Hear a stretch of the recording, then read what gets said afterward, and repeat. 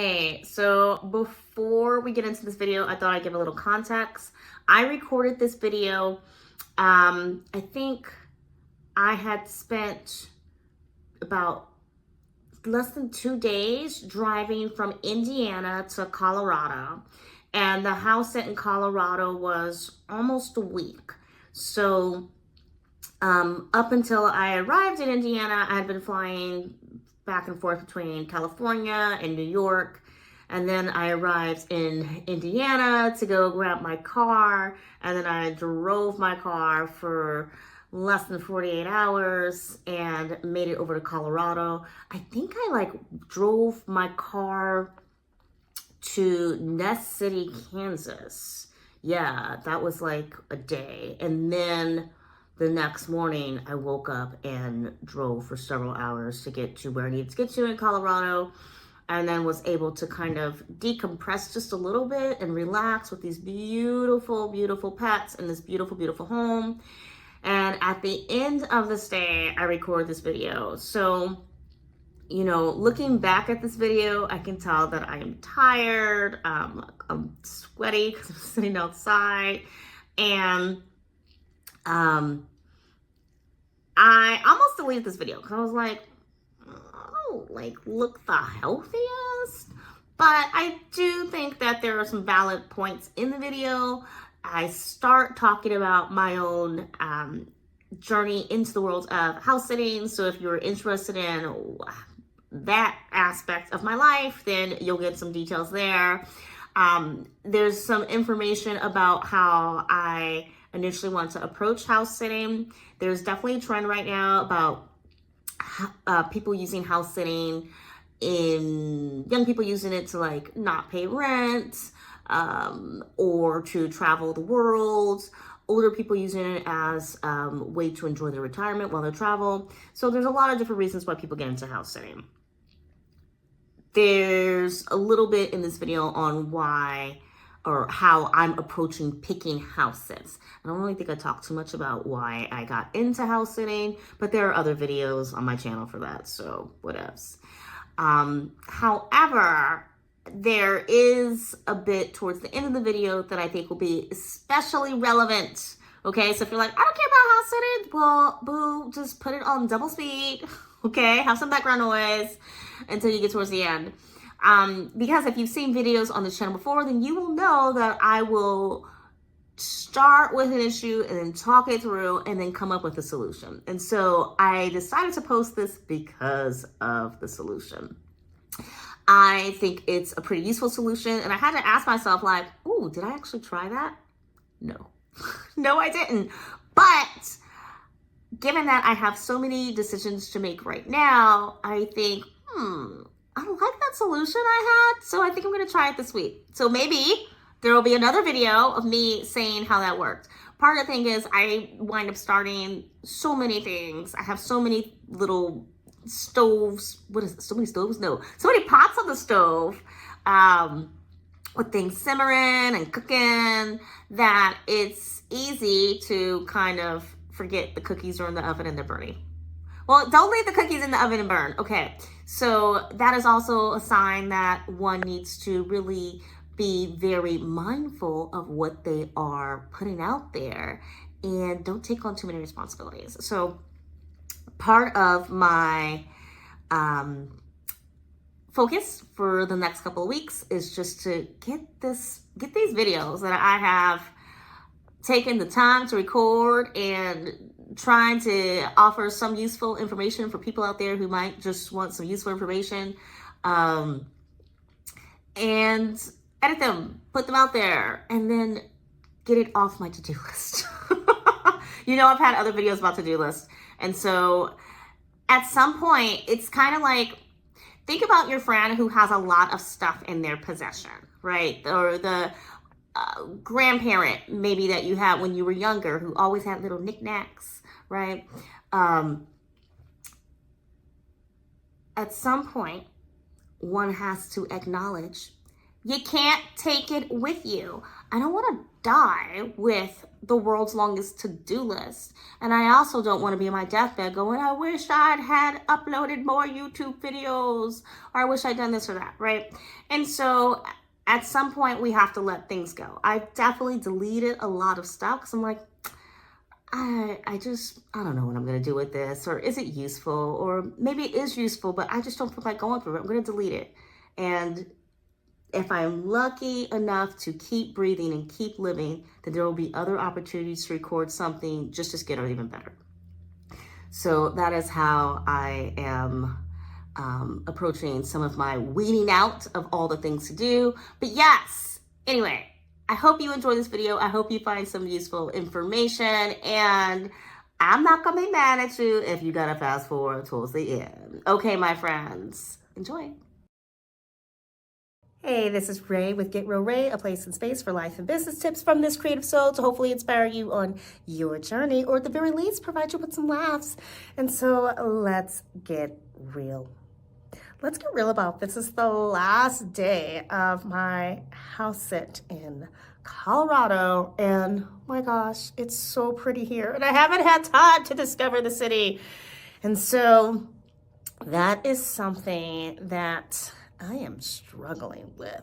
Are you feeling the struggle today? Okay, so I am doing this house sitting thing, and part of it is allowing me to really explore different areas and figure out, where do I want to live. If you've seen some of my previous videos, and you will know that the last place I was renting a house in Indiana, and it wound up being a complete disaster, which made me very sad. And yeah, I'm still going through the legal things with that debacle. Okay, I am not even gonna go down that lane. I'm gonna save those feelings for a different video. And so let's focus on the here and the now. And so in the here and the now, being mindful, being present, being in the moment, I'm sitting in Colorado in this little like swinging chair thing that's making my back feel good. And so I don't have to leave for a few more hours. I'm washing some of the bedding. The dog puked on the comforter. I was like, oh no. But the dog ate something that I didn't realize the dog ate. So I'm glad that he puked it up, so his owners won't be like, what's that? That just came out of our dog. So that's good, I guess. So I'm doing a little laundry, and I've packed up my car. I'm gonna do a little work on the laptops before I head out. But I'm kind of just in this holding pattern. I'm gonna go for the walk with the dogs, but I don't really wanna like mess up anything. Like I ate my breakfast super early because I just wanted to get the garbage out and then not create more garbage. So I won't be having lunch here, even though I'm leaving like in the afternoon. But anyway, okay, so this house has been incredible.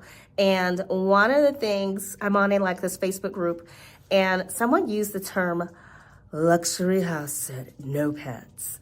And me and a few other people like posted luxury house sit. And one person was like, they posted something and they're just like, house sit, no luxury. And I thought that was really funny.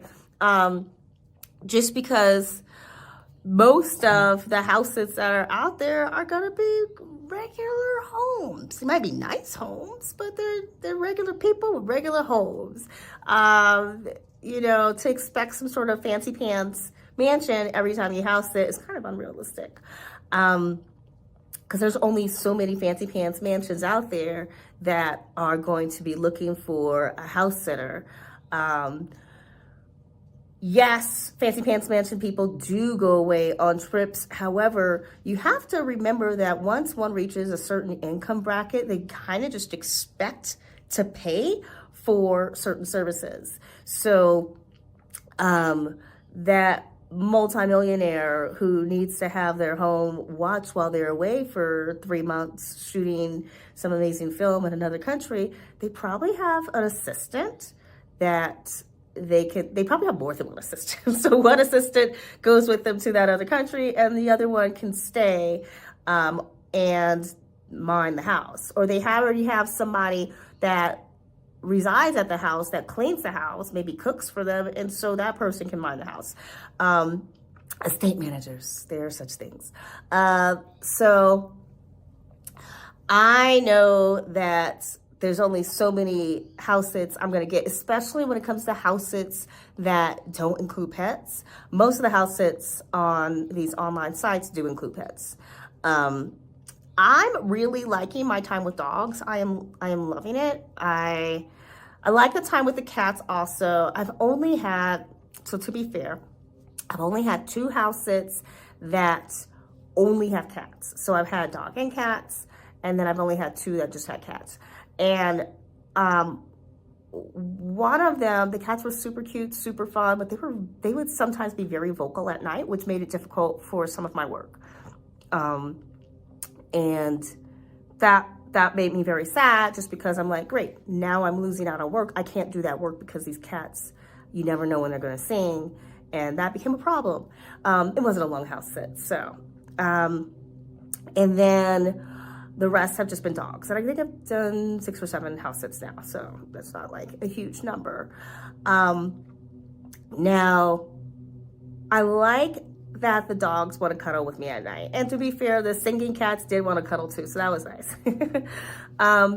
But for me, it just kind of makes the whole thing feel a little less lonely if the pets welcome you enough where they'll be like, yeah, I'll sit with you, I'll hang with you, I'll sleep next to you. I'm like, yay, thank you so much. I'm not alone. So that's nice. But being in really nice homes has made me really think of, it wasn't like this wasn't planned, but it was part of the plan in terms of me thinking, well, gosh, what do I want for myself? I mean, I've had these dreams and I've had these goals, but remember, in order to get what you want in life, you have to be willing to turn those dreams into goals and then turn those goals into actionable steps and make things happen. So it can be one thing to say, I want to own my own house one day near a beach, and I want to be able to have a warm, loving place where friends and family feel comfortable enough to stop by. And I am happy to cook for people and entertain people, and just feel like when I go home, it's relaxing. And so here I am in reality, and I am not house sitting by a beach right now, but I am in a beautiful mountainous area. And, you know, this house has really high ceilings. It's the kind of ceilings that I want for my dream home. I've always wanted really high ceilings. What's the problem with really high ceilings though? When the dogs bark, it really echoes. Oh yeah. So there has been some work where I'm like, I'm not going to do that work here, because if FedEx comes to drop off a package, the dogs will bark, and then that's going to echo throughout the whole room, and that's going to bother clients. So I just can't do that work here. So that is a downside to this house sitting thing, is that getting to know these animals. And so I might put myself in a situation where I have to adapt my work to the behavior of the animals. I mean, I had one animal who would get really excited when I did jumping jacks for one of my classes. And so I had to learn to teach that class in a different room away from that dog, because then the dog wouldn't get excited, and then I wouldn't have to like try to get the dog out of the way while I was doing the jumping jacks, and it wouldn't be disruptive for class. So there's that. But being able to think about not only where I want to live, but also to just kind of have this visual representation of, hey, this person was able to do this, you can do it too. Now, obviously, the person that managed to have such a beautiful home did not do so, I can't say it, but did not do so house sitting and running their own company and all that stuff, right? And so I really have to look at, can I get what I want within a reasonable amount of time? Like if I'm 80 and then just like, I'm finally able to afford my dream home, that to me just doesn't feel like the ideal life. because by that point, I am going to be older and less mobile, and just won't be able to do all the things that I would have wanted to do. And by that point, I'm probably just like, I don't want people coming over. I'm tired. I'm annoyed. Leave me alone. And you might be like, Ray, that's not true. There are a lot of active older people. Yes, there are. I know a lot of active older people. I have a lot of friends in their 70s, and most of the time they just kind of want to be left alone. Like, yes, they're happy to hang out, and then when they're home, they're like, no, I'm home. Leave me alone. I just want to watch my TV. I just want to relax, do my crossword, read a book, whatever. Just leave me alone. So I see that as part of my path. I'm going to be in that leave me alone camp. And so, and also I don't really want to house it around. Okay. So for, well over 20 years, a friend of mine is driving trucks right now as part of her financial game plan, and she doesn't have to pay rent. She's got benefits and health insurance, and I believe her company has like a 401k match and stuff. So she's really setting herself up to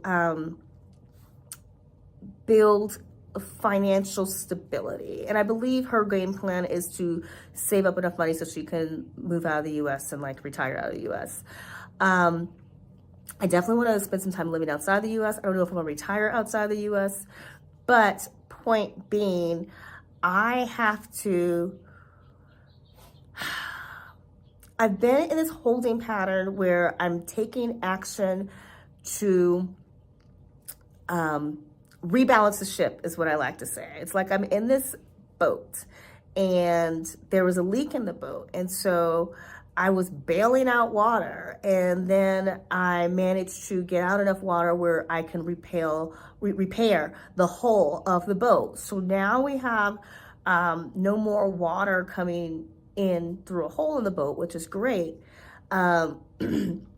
But now we've got to really move forward. And is that me rowing with little oars? Is that me hoisting a sail and letting the wind take me? Is that me building a motor, strapping it onto that boat and getting it going? What am I doing? And so I've really been just trying to keep the boat afloat. The boat could be a metaphor for my life or my business. But now that we're no longer hemorrhaging money, okay, I've really scaled things back. I am no longer working with contracts that don't financially favor the business's current status, because we used to make a lot more money than we do now. I am no longer spending time teaching classes that don't have enough students to really make it worthwhile. For a while I was just saying, yeah, I'll teach that one student. It feels like a private lesson, but I just need the money. And so now I'm cutting back on that, and I've really been trying to work things to have my direct consumers purchasing from me in order to make that flourish. Now, I have a list of contacts for educational institutions that I want to reach out to, but this whole nightmare with my living situation took up so much of my time and resources that I haven't been able to take action on that list. So now I'm back at this place where I'm like, okay, what's the next step? I need to make sure that I set a plan in motion that's going to allow me to triple my income. Really, I need to triple it within the next 30 days. And then once that happens, triple that. And that can be a 4-month period or something like that. But I really need to make strong decisions. And I have some things in mind where I'm like, okay, I think I could do this. This used to work for me. But there is some hesitation on my part. So I'm like, oh my gosh, what if it doesn't work? And there's also this thing of, well, I have limited resources financially, so I want to make sure that whatever decision I do make, I'm making the right decision. Like, is this the best place to put my money? I need the biggest bang for my buck right now. So how am I handling all of this? There's supposed to be a lesson in here somewhere, I think, right? Okay. The lesson is you need to, like me, every so often just take a moment and ask yourself, is the life that I'm living the life that I want to live? And more importantly, am I surrounding myself with representation of the life that I want? Am I taking actionable steps towards getting the things that I want if I don't already have them? Yeah. And so I am being very picky in choosing house sits right now. It is one area where I am able to surround myself by visual representations of the things that I want in life. So I don't really need to, I'm set up for maybe the next 5 months or so in terms of places to stay. And so I'm still looking for where to stay after that, right? Because I don't want to have these gaps where I'm staying in Airbnbs or having to like, hey friends, hey mom, can I come crash with you? Like, I don't want to do that. So I am still looking to continue to book out more places to stay.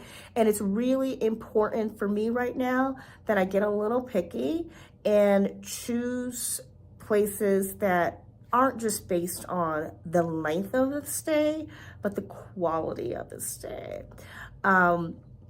Does the home have so many knickknacks and things that I'll feel a little uncomfortable because I feel like I'm completely living within someone else's personality.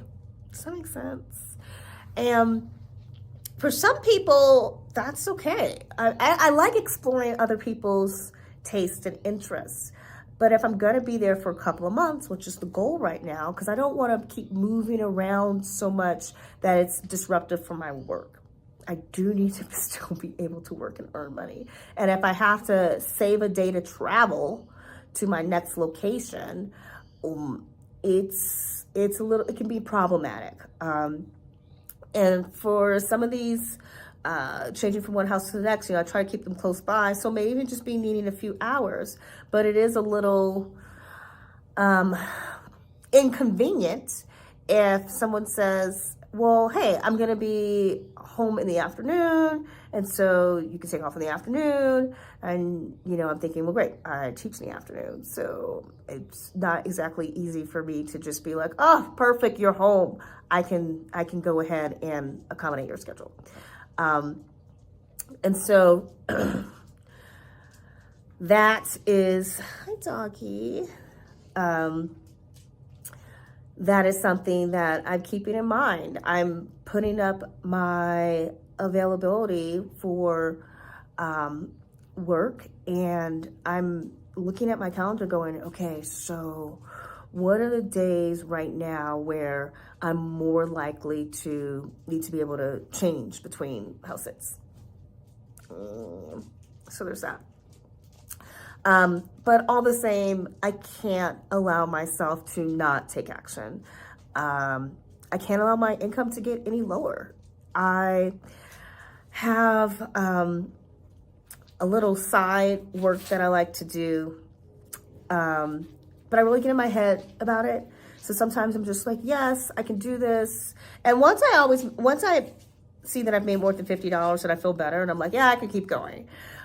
But getting going, for me, just knowing that I'm online, waiting for someone to call, and if someone doesn't call right away, for me, it's just kind of annoying, because then I feel like I can't get up and go do other stuff. If I'm working on something else while I'm waiting for someone to call, I'm in the zone on that, and then someone calls and I get all annoyed because I'm like, oh, someone called me, and now I have to do that work to get these pennies. Is it really worth it? And for the fact that, I need immediate cash, yes, it is worth it. It is very much worth it. But I do get in my head about it, and it's annoying to know that I could easily make a couple $100 if extra, right? If I just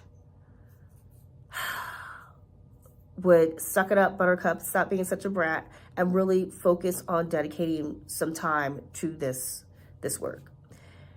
And then I said to myself, well, at the time I'm putting into that work, I could be putting into making sure that my business actually brings me more money. So there's that whole thing. But truth is, right now I have a lot of time on my hands because I'm not working as much as I usually do. I think the number of hours I'm working a week is down like by 50% of what I would usually do this time of year. That's not a good feeling. Oh my goodness. But I'm just trying to take it in stride, reminding myself that I know I needed this time to rebalance physically, emotionally, knowing that pushing through while dealing with this whole legal situation, while dealing with trying to, relocate cross country, would just lead to me not doing very good work. I don't even want to say my best work, just not doing very good work. So there's that. Are these all just excuses? Maybe I'm just making a ton of excuses for the fact that I'm not marketing as much as I need to right now. And so, my friend, wherever you are in your life, whether you are a business owner or you work for somewhere else, you're gonna have moments where you're just not feeling like putting in the energy. And it's not because you're like burnt out, it's just because you got stuff going on. And there's gonna be moments where you feel like, I'm putting in energy, and yet, am I really where I want to be? Am I getting where I really want it? So yeah, take a moment to look around, and then take a moment to figure out what will be your next best step. And then this is what I'm going to try, okay? This is what I'm going to try. I'm going to try setting this up as giving advice to a friend. So I appreciate when someone comes to me and says, hey, Ray, what do you think of this? I'm like, oh my gosh, hey, I've been there. I'd be more than happy to help you with that. Or I'm not too familiar with that, but what are you thinking? Let's talk it out. I'm just a talker. I like to talk, in case you can't tell from these videos. So I'm going to put down some options, and then I'm going to turn this around as if a friend. Ooh, okay, I'm going to try this. I don't know if it's going to work, but I'm going to try this. I'm going to email myself some questions, and then I'm going to create a response to that friend, and give them some advice. And then I'm going to see which really is the actionable path for me. Because I just have to take some kind of action, even if it's not the best, even if it's not like the most money-making type of action, or if it's completely bombs, at least I took some action. Because if you don't do anything, then you're not going to have anything. So anyway, there's a bug that's driving me crazy right now. Okay, so I'm going to go ahead and get out of this chair. Do some things around the house, and then take a walk with these dogs. But maybe I'll show you just a little bit of this house. Would you want something like this? Would you want something this big, this echoey? Would you want a head hanging in your home? Let me know in the comments below.